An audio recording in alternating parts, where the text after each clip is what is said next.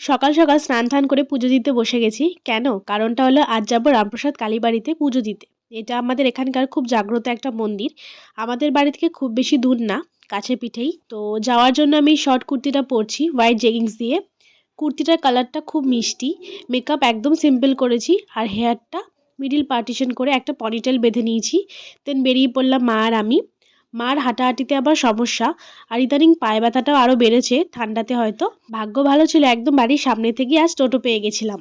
তারপর মন্দিরে পৌঁছে ডালা নিয়ে নিলাম। গিয়ে দেখি ভিড় একদমই নেই, হয়তো সকাল সকাল গেছি বলে নাকি আজ সেরম কোনো বিশেষ দিন ছিল না বলে, জানি না। তারপর মাকে বললাম তুমি সাইডে বসো, আমি লাইনে দাঁড়াচ্ছি। এরপর ভালো মতন মায়ের দর্শন করে পুজো টুজো দিয়ে বেরিয়ে দেখি লাইনটা বেশ অনেকটাই বেড়ে গেছে।